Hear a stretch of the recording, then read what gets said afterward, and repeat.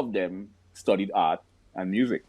So I had to get into that phenomena to understand what's going on. What is the infatuation with art? And when I got into art, I understand things like vanishing point, perpendicular angle, diagonal angle. And inadvertently, they are an unconscious instrument in a much grander orchestra. This person, like a conduit, just emerges into reality to fulfill this novelist character.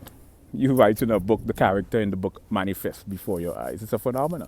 So art is a whole different metaphysical phenomena by itself, phenomenological phenomena, the structure of consciousness and the human experience. It has amplitude, it has frequency, it has velocity, and it also has intensity. Intensity determines the distance at which the sound travels.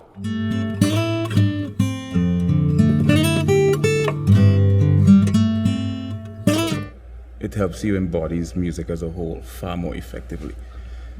Here's one of the phenomena in music is octaves.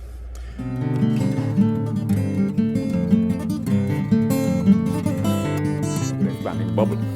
So we have the sound that propagates at 700 miles per hour. That's amplitude, frequency, it has velocity. So you have like this expanding bubble that propagates.